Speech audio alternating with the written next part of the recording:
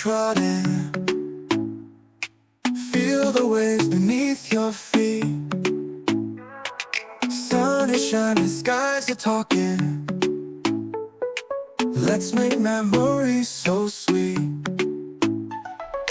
Hey everybody, welcome to my channel, Globetrotting Adventures. I am Renee. And I'm Dennis. And today we are on MSC World America. First time on the ship. But today as we were boarding, we were asked one question. How were you able to do that? How were you able to do that? And we'll tell you what it is that we did, that people were asking about. But first, we're going to talk about our embarkation process and parking. Yes. As we were boarding the ship today. Okay? So, first, parking.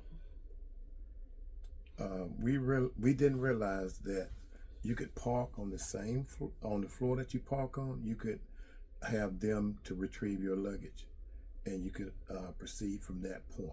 Mm-hmm.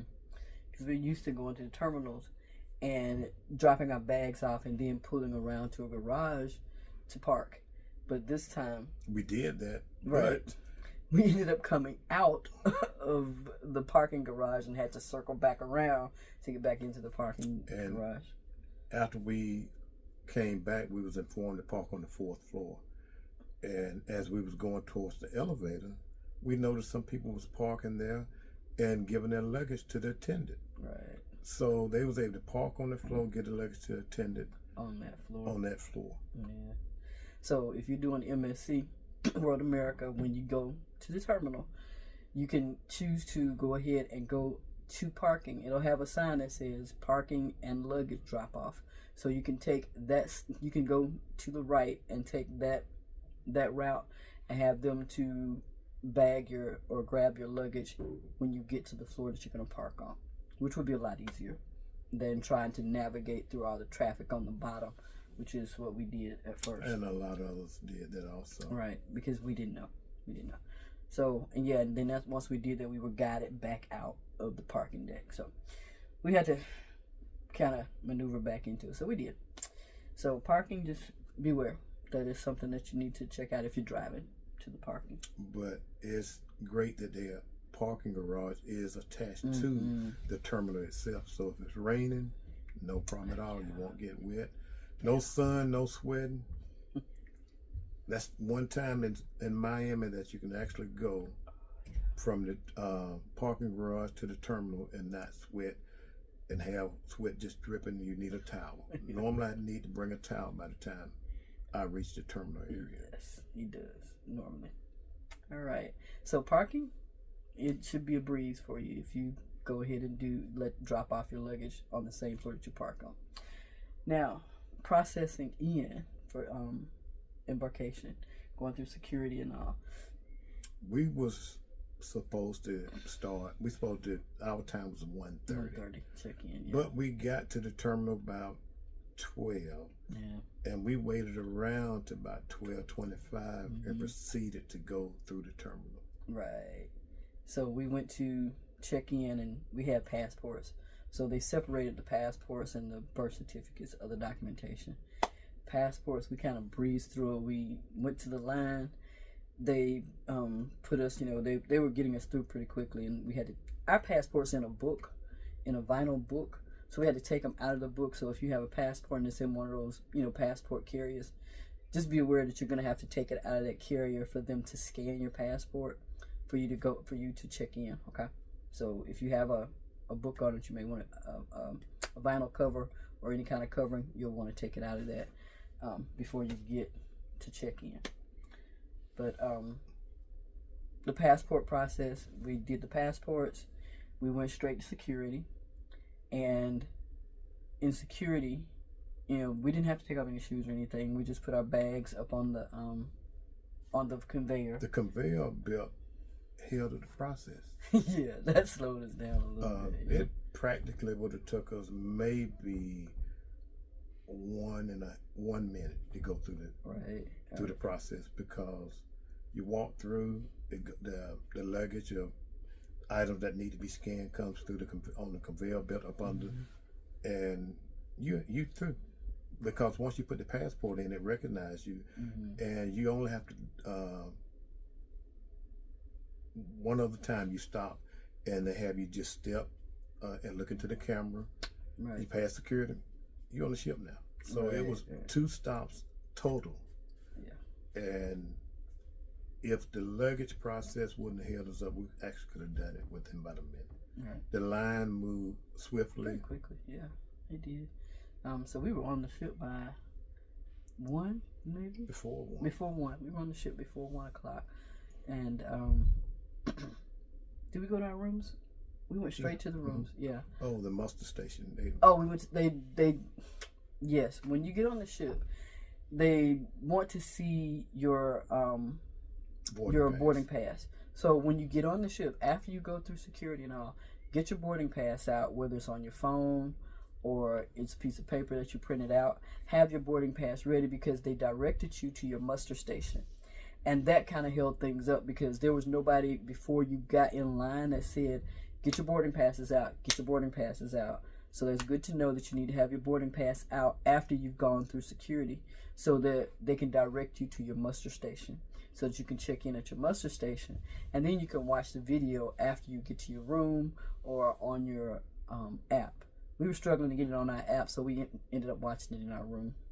So basically, they're trying to get you to go to the muster station the minute you get on the ship. Right. And you can proceed to go eat afterwards. And while you're eating, you can pull up the app on your phone. Right. So they're trying to actually get, it's done strategically, but one thing they should inform us, get the app out. Keep that boarding pass out. Get the boarding pass out. Yeah. So like I said, whether it's on your phone, because we had ours digitally, and I also printed it out, but I didn't feel like reaching for it, so we just did it on our phones. But the boarding process was very, very quick. It took us very little time to go through boarding. One thing you need to remember, the parking per day. Oh yeah, parking price. Oh my goodness. For that convenience of not having to be in the sun and being able to drop off your luggage on the floor you actually park on. Right. It's $35 per day. But this is a new terminal, and it's nice. It's gorgeous. It is beautiful. Yeah. Great idea, and I yes. think the other cruise lines will probably follow. They should follow. They should follow that. But it's $35 a day. You can't pay it. You can't prepay it. It is based on the number of days that your car has been sitting in the parking lot. So you have to pay when you come back off your cruise. You can pay it online, or you can pay it as you're leaving out. So we'll probably pay it online. I'm not sure exactly what we'll do, but it is determined by how long you stay in the parking deck. Your car stays in the parking deck. All right. Now, as we were boarding, we got to ask the question: how were you able to do that? By a few people. You want to tell them what we did? Well, I was the coolest looking guy in the terminal. Yes, he was. I got tapped on my shoulder twice. Women tapped him on the shoulder, yes. I just got to ask. How were you able to do that? Sir, I just need to know, how were you able to do that? And I had a 12-pack of bottled water and a 12-pack of sodas. And it was out in the open because we are allowed to bring per person a 12-pack of canned sodas. But we're not going to use 24 cans. So we just have one 12-pack. Right. And we're able to bring one 12-pack of water, bottled water. Right. And we were the only ones that that I had saw. it. Yes. The only ones that I saw. And I looked to see people, because we watched people that, we waited before we got ready to board. So I was watching people, and I'm like, I don't see anybody, not anyone else with water or sodas. And the people who asked us, they asked because they said, well, they told us we couldn't bring any. I said, yeah, the first time I went on MSC, that's what I was reading, that you couldn't carry any. And I saw a lot of people bringing in sodas and water, and the lady said at the desk said, "Oh yeah, as long as it's sealed in, you know, you have the cans that are sealed in your box, the original packaging, and the 12 packs of water that are sealed in the plastic packaging, then you can bring them on." So that's what we did. We brought 12 packs of water and 12 pack of sodas. So make sure you don't try to like drop the bottled water down in your book bag or something. It actually have to be wrapped. Right, in the sealed package, yes, in the sealed plastic that it comes in. So that's what we did. And that was what people were wondering, how were we able to do that? Because that was, they read that you couldn't do it. And security did not stop us. They didn't say a word. When it actually went through. Oh, yeah, they did say something. Yeah, he asked. Yeah. What he said, "Is that beer or sodas?" "Soda, sir. That's sodas." Sodas and water. He's like, okay. Yeah, no beer, just sodas and water. So we were able to get it through security. So if you decide that you want to bring sodas and water with you to save yourself a little bit of money, then you can do that as long as they're in the original packaging. Okay. All right. What else today? Your refrigerator comes Already stocked stocked. with many different type items. Water, juice, alcohol, and some alcohol in it. Yeah, some beer. So what we did, since it was already stocked, we called our cabin steward in and told him that we brought our own water and our own sodas, and asked if he could move their stuff out, and he did. He moved it out for us, and he really just sat it on the shelf in our room. But we let him do it, and we didn't touch it. We let him do it so that he'd know where it was, and he'd know that we didn't touch it. If you use either one of those items that's in the refrigerator. Yes, you will be charged for it because they have a list and they have the cost on it. So he'll come in and total up your cost of things that are missing out of that refrigerator, out of that mini bar. So make sure that if you use it, that you're being honest, because they're gonna count it. Every day they're checking that mini bar. They give you a chance to be honest, but you will have a price regardless. They're going to subtract. Right.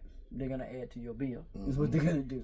Because you will see your bill and see, because that bottle of Pellegrino was missing or that bottle of water was missing. They'll know. So they check it every single day. Be warned that if you don't want that extra charge, don't touch their stuff. Okay? Well, that was a great day. It was a good day. We was on the ship by 12:30. Yes. And we was eating by 1. Yes, before 1. Before 1. Okay. And we was through eating before the actual time we supposed to been getting on the ship, which was 1:30. So we was back in our room with our luggage at 1:30 today. So embarkation was great, fast. Yes. So that was our day 1 embarkation on MSC World America. And we will bring you along on our journey for the rest of this cruise. We'll talk to you later. Bye.